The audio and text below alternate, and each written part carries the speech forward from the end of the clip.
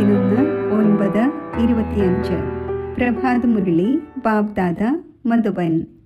ബാബു പറയുന്നു, മധുരമായ കുട്ടികളെ, നിങ്ങൾ മുഴുവൻ ലോകത്തിലെയും സത്യമായ മിത്രമാണ്. നിങ്ങൾക്ക് ആരോടും ശത്രുത ഉണ്ടായിരിക്കുവാൻ പാടില്ലാത്തതാണ്. ചോദ്യം: നിങ്ങൾ ആത്മീയ മിലിറ്ററിയാണ്. നിങ്ങൾക്ക് ബാബയുടെ ഏതൊരു ഡയറക്ഷനാണ് ലഭിച്ചിരിക്കുന്നത്, അതിനെ പ്രവൃത്തിയിൽ കൊണ്ടുവരേണ്ടതുണ്ട്. ഉത്തരം: നിങ്ങൾക്കുള്ള ഡയറക്ഷനാണ് ബാഡ്ജ് സദാ ധരിച്ചു വയ്ക്കൂ. ആരെങ്കിലും ചോദിക്കട്ടെ, ഇതെന്താണ്, നിങ്ങൾ ആരാണ്? അപ്പോൾ പറയൂ, നമ്മൾ മുഴുവൻ ലോകത്തിൽ നിന്നും കാമത്തിന്റെ അഗ്നിയെ അണയ്ക്കുന്ന ഫയർ ബ്രിഗേഡ്. ഈ സമയം മുഴുവൻ ലോകത്തിലും കാമാഗ്നി പിടിച്ചിരിക്കുന്നു. നമ്മൾ എല്ലാവർക്കും സന്ദേശം നൽകുന്നു. ഇപ്പോൾ പവിത്രമാകൂ, ദൈവിക ഗുണങ്ങൾ ധാരണ ചെയ്യൂ, എങ്കിൽ തോണി മറുതീരത്തെത്തും. ഓം ശാന്തി. മധുരമായ ആത്മീയ കുട്ടികൾ സഹജ ഓർമ്മയിൽ ഇരിക്കുകയാണ്. ചിലർക്കൊക്കെ ഡിഫിക്കൽട്ടായി തോന്നും. വളരെ പേർ കുഴങ്ങിപ്പോകും. നമ്മൾ ടൈറ്റായി അഥവാ സ്ട്രിക്റ്റായി ഇരിക്കണമോ എന്ന്. ബാബു പറയുന്നു, ഇങ്ങനെയുള്ള ഒരു കാര്യവുമില്ല. എങ്ങനെ വേണമെങ്കിലും ഇരുന്നുകൊള്ളൂ. കേവലം ബാബയെ ഓർമ്മിക്കണം. ഇതിൽ പ്രയാസത്തിന്റെ ഒരു കാര്യവുമില്ല. ആ ഹഠയോഗികൾ ഇങ്ങനെ ടൈറ്റായി ഇരിക്കുന്നു. കാലിന്മേൽ കാൽ കയറ്റി വയ്ക്കുന്നു. ഇവിടെയാണെങ്കിൽ ബാബു പറയുന്നു, സുഖമായി ഇരിക്കൂ. ബാബയെയും 84ന്റെ ചക്രത്തെയും ഓർമ്മിക്കൂ. ഇത് സഹജ ഓർമ്മയാണ്. എഴുന്നേൽക്കുമ്പോഴും ഇരിക്കുമ്പോഴും ബുദ്ധിയിൽ ഉണ്ടായിരിക്കട്ടെ. നോക്കൂ, ഈ ചെറിയ കുട്ടി ബാബയുടെ അടുക്കൽ ഇരിക്കുന്നു. ഇതിന്റെ ബുദ്ധിയിൽ മാതാപിതാക്കൾ മാത്രമായിരിക്കും ഓർമ്മയുണ്ടായിരിക്കുക. നിങ്ങളും കുട്ടികളാണല്ലോ. ബാബയെ ഓർമ്മിക്കുന്നത് വളരെ സഹജമാണ്. നമ്മൾ ബാബയുടെ കുട്ടികളാണ്. ബാബയിൽ നിന്ന് തന്നെയാണ് സമ്പത്ത് നേടേണ്ടത്. ശരീര നിർവഹണാർത്ഥം ഗൃഹസ്ഥ വ്യവഹാരത്തിൽ ഇരുന്നുകൊള്ളൂ. കേവലം മറ്റുള്ളവരുടെ ഓർമ്മ ബുദ്ധിയിൽ നിന്നും മാറ്റൂ. ചിലർ ഹനുമാനെ, ചിലർ മറ്റാരെയെങ്കിലും, സന്യാസിമാരെ തുടങ്ങിയവരെ ഓർമ്മിക്കുമായിരുന്നു. ആ ഓർമ്മ ഉപേക്ഷിക്കണം. ഓർമ്മിക്കുന്നുണ്ടല്ലോ. പൂജയ്ക്ക് വേണ്ടി പൂജാരിക്ക് ക്ഷേത്രത്തിൽ പോകേണ്ടി വരുന്നു. ഇതിൽ എവിടെയും പോകേണ്ട ആവശ്യമില്ല. ആരെയെങ്കിലും കണ്ടുമുട്ടുമ്പോൾ പറയൂ, ശിവ് ബാബ പറയുന്നു, ഒരു പിതാവായ എന്നെ ഓർമ്മിക്കൂ. ശിവ് ബാബ നിരാകാരമാണ്. തീർച്ചയായും ആ ഒന്ന് സാകാരത്തിൽ തന്നെ വന്ന് പറയുന്നു, എന്നെ മാത്രം ഓർമ്മിക്കൂ. ഞാൻ പതീത പാവനാണ്. ഇതാണെങ്കിൽ റൈറ്റായ വാക്കാണല്ലോ. ബാബ പറയുന്നു, എന്നെ ഓർമ്മിക്കൂ. നിങ്ങളെല്ലാവരും പതീതമാണ്. ഇത് പതീതവും തമോ പ്രധാനവുമായ ലോകമാണല്ലോ. അതിനാൽ ബാബ പറയുന്നു, ഒരു ദേഹധാരിയെയും ഓർമ്മിക്കാതിരിക്കൂ. ഇതാണെങ്കിൽ നല്ല കാര്യമാണല്ലോ. ചിലർ ഗുരുവിൻ്റെയും മറ്റും മഹിമ ചെയ്യുന്നു. ബാബ കേവലം പറയുന്നു, എന്നെ ഓർമ്മിക്കൂ, എങ്കിൽ നിങ്ങളുടെ പാപം മുറിയും. ഇതാണ് യോഗബലം അഥവാ യോഗാഗ്നി. പരിധിയില്ലാത്ത ബാബയാണെങ്കിൽ സത്യമാണല്ലോ പറയുന്നത്. ഗീതയുടെ ഭഗവാൻ നിരാകാരൻ തന്നെയാണ്. ശ്രീകൃഷ്ണന്റെ കാര്യമല്ല. ഭഗവാൻ പറയുന്നു, കേവലം എന്നെ ഓർമ്മിക്കൂ, മറ്റൊരു ഉപായവുമില്ല. പാവനമായി പോകുന്നതിലൂടെ ഉയർന്ന പദവി നേടും. ഇല്ലെങ്കിൽ കുറഞ്ഞ പദവിയായി പോകും. നമ്മൾ നിങ്ങൾക്ക് ബാബയുടെ സന്ദേശം നൽകുന്നു. ഞാൻ സന്ദേശിയാണ്. ഈ മനസ്സിലാക്കിച്ചു കൊടുക്കുന്നതിൽ ഒരു പ്രയാസവുമില്ല. മാതാക്കൾക്കും അഹല്യമാർക്കും കുബ്ജകൾക്കും ഉയർന്ന പദവി നേടുവാൻ സാധിക്കും. ഇവിടെ കഴിയുന്നവരായിക്കൊള്ളട്ടെ, ഗൃഹസ്ഥ വ്യവഹാരത്തിൽ ഇരിക്കുന്നവരായിക്കൊള്ളട്ടെ, ഇവിടെ കഴിയുന്നവർക്ക് കൂടുതൽ ഓർമ്മിക്കാൻ സാധിക്കും എന്നൊന്നുമില്ല. ബാബ പറയുന്നു, പുറത്ത് കഴിയുന്നവർക്കും വളരെയധികം ഓർമ്മയിലിരിക്കുവാൻ സാധിക്കും, വളരെയധികം സർവീസ് ചെയ്യുവാൻ സാധിക്കും. ഇവിടെയും ബാബയിൽ നിന്നും റിഫ്രഷായി പിന്നെ പോകുന്നു. അപ്പോൾ ഉള്ളിൽ എത്ര സന്തോഷമുണ്ടായിരിക്കേണ്ടതാണ്. ഈ മോശമായ ലോകത്തിൽ ബാക്കി കുറച്ചു ദിവസങ്ങളേ ഉള്ളൂ. പിന്നെ കൃഷ്ണപുരിയിലേക്ക് പോകും. കൃഷ്ണന്റെ ക്ഷേത്രത്തെയും സുഖധാമം എന്ന് പറയുന്നു. അപ്പോൾ കുട്ടികൾക്ക് അപാരമായ സന്തോഷമുണ്ടായിരിക്കേണ്ടതാണ്. നിങ്ങൾ പരിധിയില്ലാത്ത ബാബയുടേതായിരിക്കുന്നു എന്നിരിക്കെ നിങ്ങളെ തന്നെയാണ് സ്വർഗത്തിന്റെ അധികാരിയാക്കി മാറ്റിയിരുന്നത്. നിങ്ങളും പറയുന്നു, ബാബ 5000 വർഷങ്ങൾക്ക് മുമ്പും നമ്മൾ അങ്ങയുമായി കണ്ടുമുട്ടിയിരുന്നു, വീണ്ടും കണ്ടുമുട്ടും. ഇപ്പോൾ ബാബയെ ഓർമ്മിക്കുന്നതിലൂടെ മായയുടെ മേൽ ജയം നേടണം. ഇപ്പോൾ ഈ ദുഃഖധാമത്തിലാണെങ്കിൽ കഴിയേണ്ടതില്ല. നിങ്ങൾ പഠിക്കുന്നത് തന്നെ സുഖധാമത്തിലേക്ക് പോകുന്നതിനാണ്. എല്ലാവർക്കും കണക്കുകൾ സമാപ്തമാക്കി തിരിച്ചു പോകേണ്ടതുണ്ട്. ഞാൻ വന്നിരിക്കുന്നത് തന്നെ പുതിയ ലോകം സ്ഥാപിക്കുവാനാണ്. ബാക്കി എല്ലാ ആത്മാക്കളും മുക്തിധാമത്തിലേക്ക് പോകും. ബാബ പറയുന്നു, ഞാൻ കാലന്മാരുടെയും കാലനാണ്.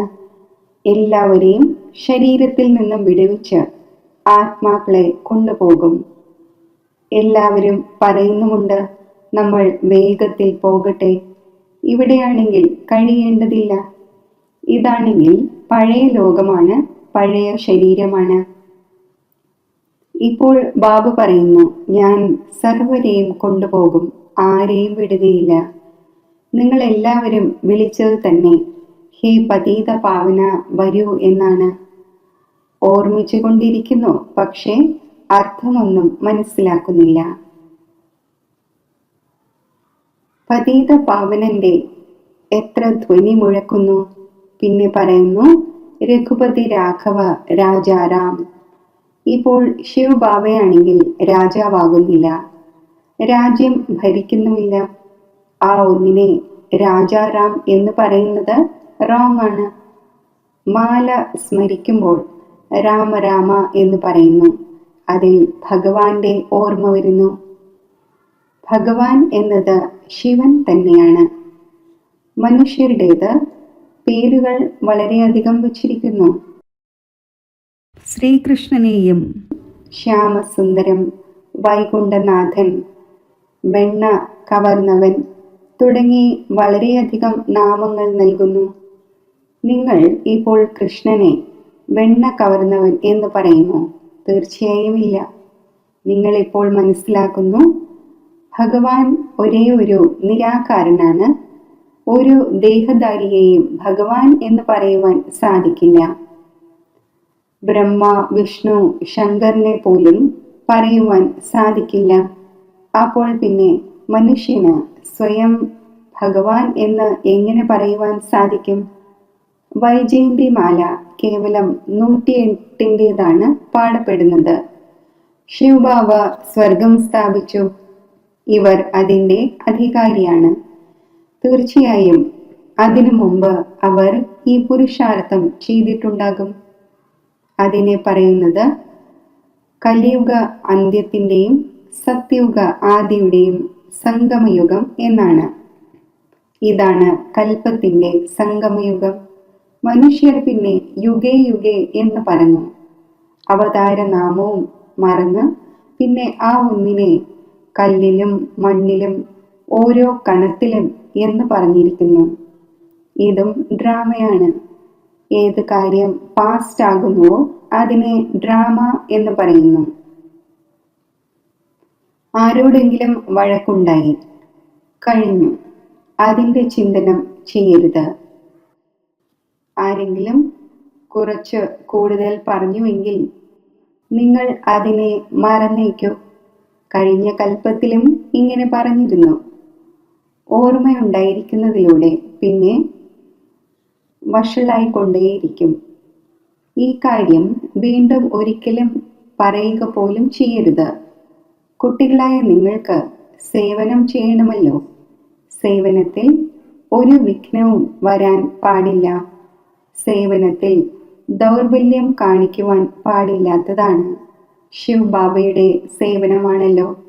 അതിൽ ഒരിക്കലും അല്പം പോലും സാധ്യമല്ല എന്ന് പറയുവാൻ പാടില്ല. ഇല്ലെങ്കിൽ തൻ്റെ പദവിയെ ഭ്രഷ്ടമാക്കും. ബാബയുടെ സഹായിയായിരിക്കുകയാണ്. അപ്പോൾ പൂർണ്ണമായും സഹായം നൽകണം. ബാബയുടെ സേവനം ചെയ്യുന്നതിൽ അല്പം പോലും ചതിക്കരുത്. സന്ദേശം സർവരിലും എത്തിക്കുക തന്നെ വേണം. ബാബ പറഞ്ഞുകൊണ്ടിരിക്കുന്നു. മനുഷ്യർ കണ്ട് അകത്ത് കടന്ന് വന്ന് മനസ്സിലാക്കും വിധത്തിൽ മ്യൂസിയത്തിൻ്റെ പേര് വയ്ക്കൂ. കാരണം ഇത് പുതിയ വസ്തുവാണല്ലോ. മനുഷ്യർ പുതിയ വസ്തു കാണുമ്പോൾ അകത്തേക്ക് കടക്കുന്നു. ഇക്കാലത്ത് ഭാരതത്തിന്റെ പ്രാചീന യോഗം പഠിക്കുന്നതിനായി പുറത്തു നിന്ന് വരുന്നു. ഇപ്പോൾ പ്രാചീനം എന്നാൽ പഴയതിലും പഴയത്. അത് ഭഗവാനാൽ പഠിപ്പിക്കപ്പെട്ടതാണ്. അത് നടന്നിട്ട് 5000 വർഷമായി. സത്യയുഗത്തിലും ത്രേതായിലും യോഗം ഉണ്ടായിരിക്കുന്നില്ല. ആരാണോ പഠിപ്പിച്ചത് ആ ഒന്ന് മടങ്ങിപ്പോയി. വീണ്ടും എപ്പോഴാണോ 5000 വർഷങ്ങൾക്ക് ശേഷം വന്നത്, അപ്പോൾ തന്നെയാണ് വന്ന് രാജയോഗം പഠിപ്പിച്ചത്. പ്രാചീനം എന്നാൽ 5000 വർഷം മുമ്പ് ഭഗവാൻ പഠിപ്പിച്ചിരുന്നു. അതേ ഭഗവാൻ പിന്നെ സംഗമത്തിൽ തന്നെ വന്ന് രാജയോഗം പഠിപ്പിക്കും. അതിലൂടെ പാവനമാകുവാൻ സാധിക്കുന്നു. ഈ സമയത്ത് തത്വവും തമോ പ്രധാനമാണ്. ജലവും എത്ര നഷ്ടമുണ്ടാക്കുന്നു. പഴയ ലോകത്തിൽ ഉപദ്രവങ്ങൾ ഉണ്ടായിക്കൊണ്ടിരിക്കുന്നു. സത്യയുഗത്തിൽ ഉപദ്രവങ്ങളുടെ കാര്യമേ ഇല്ല. അവിടെയാണെങ്കിൽ പ്രകൃതി ദാസിയാകുന്നു. ഇവിടെ പ്രകൃതി ശത്രുവായി ദുഃഖം തരുന്നു. ഈ ലക്ഷ്മി നാരായണന്റെ രാജ്യത്തിൽ ദുഃഖത്തിന്റെ കാര്യം ഉണ്ടായിരുന്നില്ല. സത്യയുഗമായിരുന്നു. ഇപ്പോൾ വീണ്ടും അത് സ്ഥാപിതമായിക്കൊണ്ടിരിക്കുന്നു. ബാബ പ്രാചീന രാജയോഗം പഠിപ്പിച്ചുകൊണ്ടിരിക്കുന്നു. വീണ്ടും 5000 വർഷത്തിനു ശേഷം പഠിപ്പിക്കും. ആർക്ക് പാർട്ടുണ്ടോ അവർ തന്നെ അഭിനയിക്കും. പരിധിയില്ലാത്ത ബാബയും പാർട്ട് അഭിനയിച്ചുകൊണ്ടിരിക്കുന്നു. ബാബ പറയുന്നു, ഞാൻ ഇദ്ദേഹത്തിൽ പ്രവേശിച്ച് സ്ഥാപന ചെയ്ത് മടങ്ങിപ്പോകുന്നു. നിലവിളികൾക്കു ശേഷം പിന്നെ ജയ ജയ ഘോഷം ഉണ്ടാകുന്നു. പഴയ ലോകം ഇല്ലാതാകും. ഈ ലക്ഷ്മി നാരായണന്റെ രാജ്യമായിരുന്നപ്പോൾ പഴയ ലോകം ഉണ്ടായിരുന്നില്ല. 5000 വർഷത്തിന്റെ കാര്യമാണ്. ലക്ഷക്കണക്കിന് വർഷങ്ങളുടെ കാര്യമാവുക സാധ്യമല്ല. അപ്പോൾ ബാബ പറയുന്നു, മറ്റെല്ലാ കാര്യങ്ങളും ഉപേക്ഷിച്ച് ഈ സർവീസിൽ മുഴുകൂ. തൻ്റെ മംഗളം ചെയ്യുന്നതിനു വേണ്ടി പിണങ്ങി സർവീസിൽ ചതിക്കരുത്. ഇത് ഈശ്വരീയ സർവീസാണ്. മായയുടെ കൊടുങ്കാറ്റ് വളരെയധികം വരും. എന്നാൽ ബാബയുടെ ഈശ്വരീയ സർവീസിൽ ചതിക്കരുത്. ബാബ സേവനാർത്ഥം ഡയറക്ഷൻ നൽകിക്കൊണ്ടിരിക്കുന്നു. ബന്ധുമിത്രാദികൾ തുടങ്ങി ആരെല്ലാം വരുന്നുവോ എല്ലാവരുടെയും സത്യമായ മിത്രമാണ് നിങ്ങൾ. നിങ്ങൾ ബ്രഹ്മകുമാർ കുമാരിമാർ മുഴുവൻ ലോകത്തിൻ്റെയും മിത്രമാണ്. കാരണം നിങ്ങൾ ബാബയുടെ സഹായികളാണ്. മിത്രങ്ങളിൽ ഏതെങ്കിലും ശത്രുത ഉണ്ടാവുക പാടില്ലാത്തതാണ്. ഏതെങ്കിലും കാര്യം വന്നു എങ്കിൽ പറയൂ, ശിവ് ബാബയെ ഓർമ്മിക്കൂ. ബാബയുടെ ശ്രീമത്തിൽ മുഴുകണം. ഇല്ലെങ്കിൽ തൻ്റെ നഷ്ടം വരുത്തും. ട്രെയിനിൽ നിങ്ങൾ വരുന്നു. അവിടെയാണെങ്കിൽ എല്ലാം ഫ്രീ ആണ്. സേവനത്തിൻ്റെ വളരെ നല്ല ചാൻസ് ഉണ്ട്. ബാഡ്ജ് വളരെ നല്ല വസ്തുവാണ്. ഓരോരുത്തരും ധരിക്കണം. താങ്കൾ ആരാണ് എന്ന് ഓരോരുത്തരും ചോദിക്കുകയാണെങ്കിൽ പറയൂ, നമ്മൾ ഫയർ ബ്രിഗേഡാണ്. തീ അണയ്ക്കുന്നതിന് വേണ്ടി ആ ഫയർ ബ്രിഗേഡ് ഉള്ളതുപോലെ. അപ്പോൾ ഈ സമയത്ത് മുഴുവൻ സൃഷ്ടിയിലും കാമാഗ്നിയിൽ എല്ലാവരും കത്തിയിരിക്കുകയാണ്. ബാബ പറയുന്നു, കാമമാകുന്ന മഹാശത്രുവിൻ്റെ മേൽ ജയം നേടൂ. ബാബയെ ഓർമ്മിക്കൂ, പവിത്രമാകൂ, ദൈവിക ഗുണങ്ങൾ ധാരണ ചെയ്യൂ. എങ്കിൽ തോണി അക്കരെ എത്തും. ഈ ബാഡ്ജ് ശ്രീമത്തനുസരിച്ച് തന്നെയാണ് ഉണ്ടായിരിക്കുന്നത്. വളരെ കുറച്ചു കുട്ടികളാണ് ബാഡ്ജ് ഉപയോഗിച്ച് സർവീസ് ചെയ്യുന്നത്. ബാബ മുരളികളിൽ എത്ര മനസ്സിലാക്കിച്ചു തന്നുകൊണ്ടിരിക്കുന്നു. ഓരോ ബ്രാഹ്മണന്റെ അടുത്തും ഈ ബാഡ്ജ് ഉണ്ടായിരിക്കേണ്ടതാണ്. ആരെ കണ്ടുമുട്ടിയാലും അവർക്ക് ഇതുപയോഗിച്ച് മനസ്സിലാക്കിച്ചു കൊടുക്കണം. ഇതാണ് ബാബ. ഈ ഒന്നിനെ ഓർമ്മിക്കണം. നമ്മൾ സാകാരത്തിന്റെ മഹിമ ചെയ്യുന്നില്ല. സർവരുടെയും സദ്ഗതി ദാതാവ് ഒരേ ഒരു നിരാകാരനായ ബാബയാണ്. ആ ഒന്നിനെ ഓർമ്മിക്കണം. ഓർമ്മയുടെ ബലത്തിലൂടെ തന്നെയാണ് നിങ്ങളുടെ പാപം മുറിയുന്നത്. പിന്നെ അന്തമതി സ്വഗതി ഉണ്ടാകും. ദുഃഖധാമത്തിൽ നിന്നും മുക്തമാകും. പിന്നെ നിങ്ങൾ വിഷ്ണുപുരിയിലേക്ക് വരും. എത്ര വലിയ സന്തോഷ വാർത്തയാണ്! ലിറ്ററേച്ചറും കൊടുക്കുവാൻ സാധിക്കും. പറയൂ, നിങ്ങൾ ദരിദ്രരാണെങ്കിൽ ഫ്രീ ആയി തരാം. ധനികരാണെങ്കിൽ പൈസ തരേണ്ടതാണ്. കാരണം ഇത് ധാരാളം അച്ചടിക്കേണ്ടി വരുന്നു. ഇത് ഇങ്ങനെയുള്ള ഒരു വസ്തുവാണ്. അതിലൂടെ നിങ്ങൾ ഇപ്പോൾ ഭിക്ഷുവിൽ നിന്നും വിശ്വത്തിൻ്റെ അധികാരിയായി മാറും. അറിവ് ലഭിച്ചുകൊണ്ടിരിക്കുന്നു. ഏതൊരു ധർമ്മത്തിലുള്ളവരായിരുന്നാലും പറയൂ, വാസ്തവത്തിൽ നിങ്ങൾ ആത്മാവാണ്, സ്വയം ആത്മാവാണ് എന്ന് മനസ്സിലാക്കി ബാബയെ ഓർമ്മിക്കൂ. ഇപ്പോൾ വിനാശം മുന്നിൽ നിൽക്കുന്നു. ഈ ലോകം പരിവർത്തനപ്പെടാൻ പോകുന്ന ഒന്നാണ്. ശിവബാബയെ ഓർമ്മിക്കുമെങ്കിൽ വിഷ്ണുപുരിയിലേക്ക് വരും. പറയൂ, ഇത് താങ്കൾക്ക് കോടികളുടെയും പദമങ്ങളുടെയും വസ്തുവാണ് നൽകുന്നത്. ബാബ എത്ര മനസ്സിലാക്കിച്ചു തന്നു. ബാഡ്ജ് ഉപയോഗിച്ച് സേവനം ചെയ്യണം. പക്ഷേ ബാഡ്ജ് ധരിക്കുന്നില്ല. ലജ്ജ തോന്നുന്നു.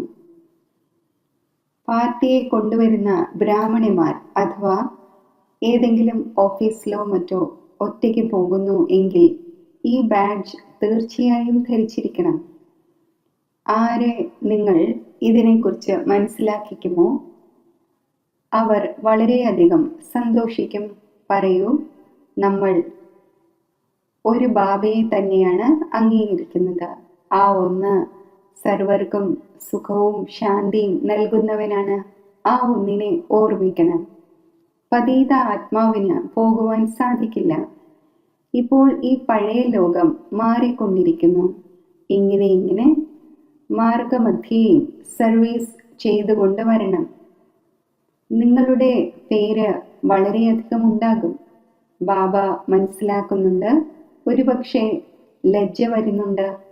അതുകൊണ്ടാണ് ബാഡ്ജ് ധരിച്ച് സേവനം ചെയ്യാത്തത്.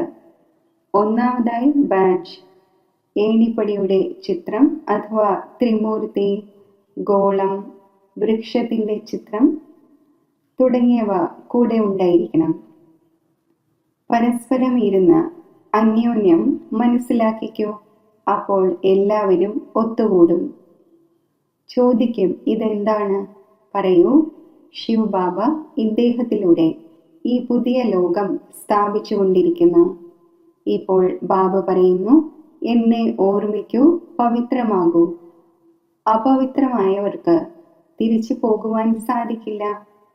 ഇങ്ങനെ മധുരമായ കാര്യങ്ങൾ കേൾപ്പിക്കേണ്ടതാണ്. എങ്കിൽ സന്തോഷത്തോടുകൂടി എല്ലാവരും കേൾക്കും. പക്ഷേ ആരുടെയും ബുദ്ധിയിലിരിക്കുന്നില്ല. സെന്ററിൽ ക്ലാസ്സിൽ പോകുമ്പോഴും ബാഡ്ജ് ധരിച്ചിട്ടുണ്ടാകണം. മിലിറ്ററിക്കാർക്ക് ഇവിടെ ബാഡ്ജ് കുത്തിയിട്ടുണ്ടായിരിക്കുന്നു. അവർക്ക് എപ്പോഴെങ്കിലും ലജ്ജ തോന്നുന്നുണ്ടോ? നിങ്ങളും ആത്മീയ മിലിറ്ററിയാണല്ലോ. ബാബ ഡയറക്ഷൻ നൽകുന്നു, പിന്നെ എന്തുകൊണ്ട് പ്രാക്ടിക്കലിൽ കൊണ്ടുവരുന്നില്ല? ബാഡ്ജ് ധരിച്ചിട്ടുണ്ടായിരിക്കണം, എങ്കിൽ ശിവ് ബാബയുടെ ഓർമ്മയും ഉണ്ടാകും നമ്മൾ ശിവ് ബാബയുടെ കുട്ടികളാണ് എന്ന്. ദിനം പ്രതിദിനം സെന്റേഴ്സും തുറന്നുകൊണ്ടിരിക്കും. ആരെങ്കിലുമൊക്കെ വന്നുകൊണ്ടിരിക്കും, പറയും ഇന്ന പട്ടണത്തിൽ താങ്കളുടെ ബ്രാഞ്ച് ഇല്ല, പറയൂ, എന്തെങ്കിലും തയ്യാറെടുപ്പ് നടത്തൂ, കെട്ടിടത്തിൻ്റെയോ മറ്റോ. ക്ഷണിക്കുകയാണെങ്കിൽ നമുക്ക് വന്ന് സേവനം ചെയ്യുവാൻ സാധിക്കും. ധൈര്യമുള്ള കുട്ടികളെ ബാബ സഹായിക്കുന്നു. ബാബയാണെങ്കിൽ കുട്ടികളോട് തന്നെ പറയും, സെന്റർ തുറക്കൂ, സർവീസ് ചെയ്യൂ എന്ന്. ഇതെല്ലാം ശിവ് ബാബയുടെ കടയാണല്ലോ, കുട്ടികളിലൂടെ നടത്തിച്ചുകൊണ്ടിരിക്കുന്നു. ശരി, മധുരമധുരമായ സിഖിലതെ കുട്ടികൾക്ക് മാതാവും പിതാവുമായ ബാബ്ദാദയുടെ സ്നേഹസ്മരണകൾ. Good morning. ആത്മീയ പിതാവിൻ്റെ ആത്മീയ കുട്ടികൾക്ക് നമസ്തേ. ധാരണയ്ക്കുള്ള മുഖ്യസാരം: ഒരിക്കലും പരസ്പരം പിണങ്ങി സേവനത്തിൽ ചതിക്കരുത്, വിഘ്നരൂപമാകരുത്, തൻ്റെ ദൗർബല്യങ്ങൾ കാണിക്കരുത്. ബാബയുടെ പരിപൂർണ സഹായിയാകണം. എപ്പോഴെങ്കിലും ആരോടെങ്കിലും വഴക്കോ മറ്റോ ഉണ്ടായെങ്കിൽ കഴിഞ്ഞുപോയി, അതിൻ്റെ ചിന്തനം ചെയ്യരുത്. ആരെങ്കിലും കുറച്ച് കൂടുതൽ പറഞ്ഞുവെങ്കിൽ നിങ്ങൾ അതിനെ മറന്നേക്കൂ. കഴിഞ്ഞ കൽപ്പത്തിലും ഇങ്ങനെ പറഞ്ഞിരുന്നു. ഈ കാര്യം പിന്നീടൊരിക്കലും പറയുവാൻ പോലും പാടില്ല. വരദാനം: ശാന്തിയുടെ ദൂതനായി സർവർക്കും ശാന്തിയുടെ സന്ദേശം നൽകുന്ന മാസ്റ്റർ ശാന്തിയുടെയും ശക്തിയുടെയും ദാതാവായി ഭവിക്കട്ടെ.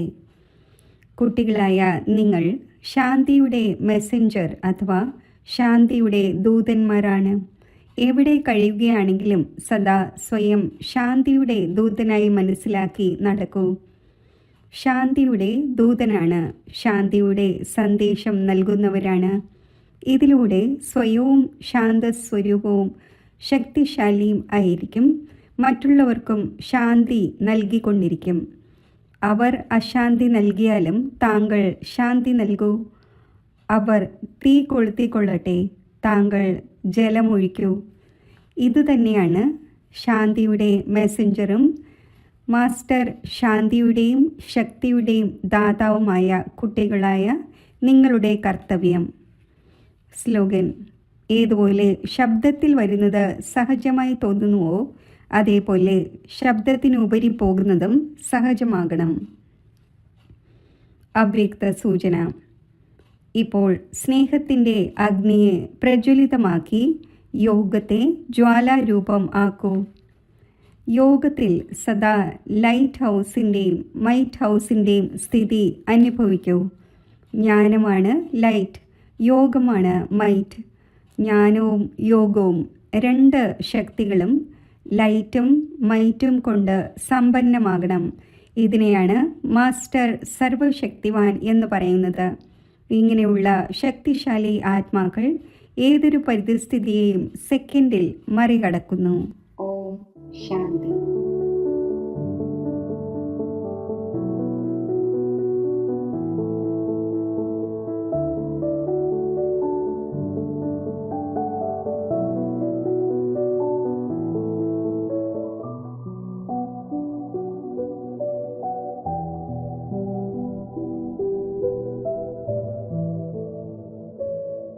ഓം ശാന്തി. ആത്മസ്മൃതിയുടെ തിലകമണിഞ്ഞ് ഞാൻ ഒരു നിമിഷത്തിൽ ബ്രഹ്മലോകത്തിൽ പരമാത്മാവിൻ്റെ സമീപം എത്തിച്ചേരുന്നു.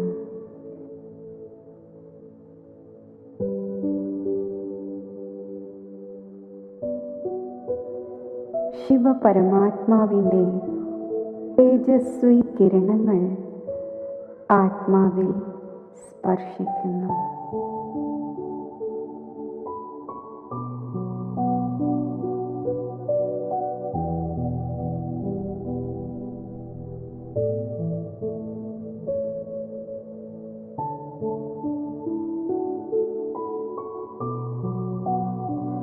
മധുരമായ ബാബ,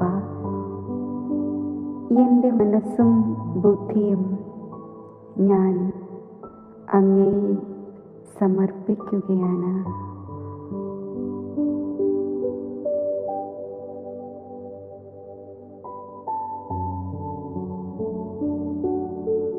അങ്ങയുടെ സന്താനമായ ഞാൻ ഈ സമർപ്പണ ഭാവത്തോടെ അധികാരി സ്വരൂപത്തിൽ സ്ഥിതി ചെയ്യുമ്പോൾ സർവ ഈശ്വരീയ ഖജനാവുകളും എൻ്റെ ജന്മാവകാശമായി എനിക്ക് അനുഭവപ്പെടുന്നു.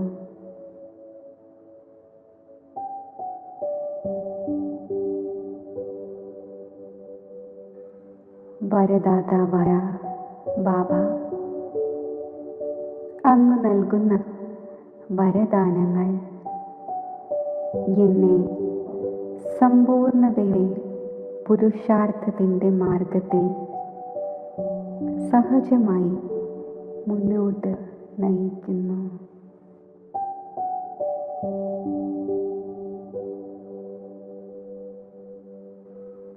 എൻ്റെ സുഹൃത്തായ ബാബ, അങ്ങ് എനിക്ക് നൽകുന്ന കൂട്ട് ആത്മീയ സുരക്ഷയുടെ ഛത്രഛായയ്ക്കുള്ളിൽ ജീവിക്കുന്ന അനുഭവം എന്നിൽ വരുത്തുന്നു.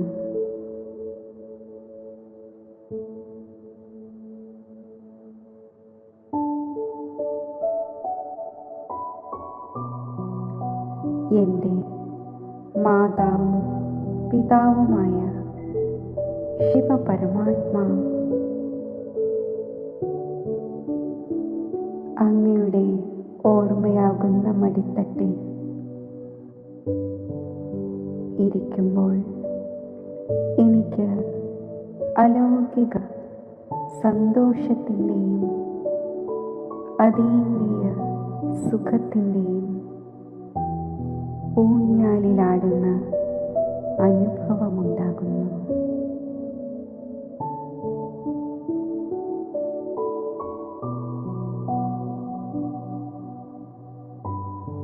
ബിന്ദുരൂപമായ ബാബയിൽ നിന്നും ലൈറ്റിൻ്റെയും മൈറ്റിൻ്റെയും കിരണങ്ങൾ എനിക്ക് പ്രാപ്തമാകുന്നു.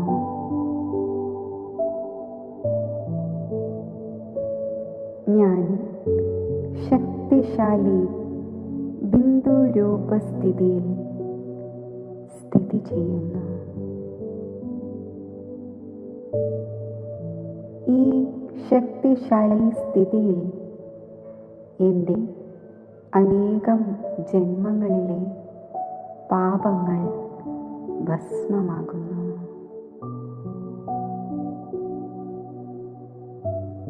ആത്മാവിൽ പവിത്രതയുടെ പ്രകാശം നിറയുന്നു.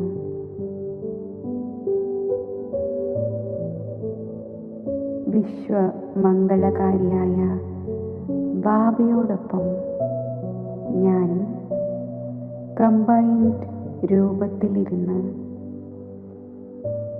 എൻ്റെ സങ്കല്പത്തിലൂടെയും വൃത്തിയിലൂടെയും സുഖത്തിൻ്റെയും ശാന്തിയുടെയും ശക്തിയുടെയും സ്നേഹത്തിൻ്റെയും ആനന്ദത്തിൻ്റെയും ആത്മീയ സുഗന്ധം വിശ്വമാകെ വ്യാപിപ്പിക്കുകയാണ്.